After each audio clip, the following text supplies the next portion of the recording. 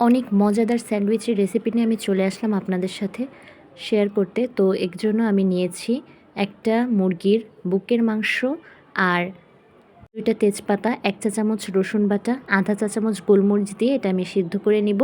এখানে একটা মুরগির বুকের সবটুকু মাংসই আমি নিয়েছি, আর একদমই এটা হাড় থাকা যাবে না। হাড় ছাড়া মাংস নিয়ে এটা আমি সিদ্ধ করব। আরেকটা জিনিস খেয়াল করবেন, সিদ্ধ করে মাংসটা উঠিয়ে ফেলবেন, পানি থেকে যাবে এরকম কিন্তু না। পানিটা একেবারে টানিয়ে ফেলবেন, না হলে কিন্তু স্বাদ ভালো আসবে না।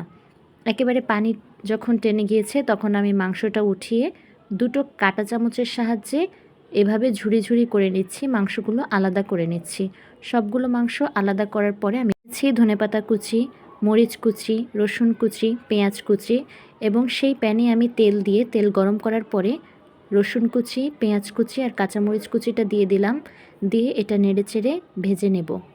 যখন ভাজা হয়ে যাবে এখানে আমি গরম মশলা বাটা দিয়ে দিব, আর আপনাদের কাছে গরম মশলা গুঁড়ো করা থাকলে সেটা দিতে পারেন। গরম মশলা বাটা আমি দিয়েছি আধা চা চামচের থেকে একটু বেশি। তারপরে মাংসটা দিয়ে নেড়েচেড়ে সবশেষে আমি দিয়ে দেবো ধনেপাতা কুচি। ধনেপাতা কুচিটা লাস্টে দেওয়ার চেষ্টা করবেন। আর এরপরে আমি একটু লবণ দিয়ে দিলাম। আর যখন আমি মাংসটা সিদ্ধ করেছিলাম তখনও কিন্তু আমি লবণ দিয়েছিলাম। এরপরে আমি নামানোর পরে এখানে মেয়োনেজ বানিয়ে নিয়েছি। মেয়োনেজ দিয়ে দিলাম, শসা কুচি, বাঁধাকপির একদম ভিতরে যে কুচি অংশটা থাকে সেটা কুচি করে দিয়েছি।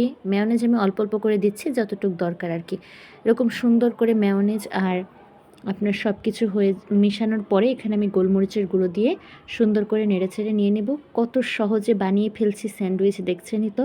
আপনারাও কিন্তু বাসায় ট্রাই করবেন। এখন পাউরুটির মাঝখানে দিয়ে সুন্দর করে হয়ে গেল আপনার স্যান্ডউইচ। তো চাইলে এই ব্রাউন অংশটা কেটে হালকা একটু তেলে ভেজে নিতে পারেন, কিন্তু আমি ব্রাউন অংশটা কাটবো না, তেলেও ভাজবো না। আমার কাছে এরকম সফট সফট স্যান্ডউইচ খেতেই কিন্তু অনেক ভালো লাগে।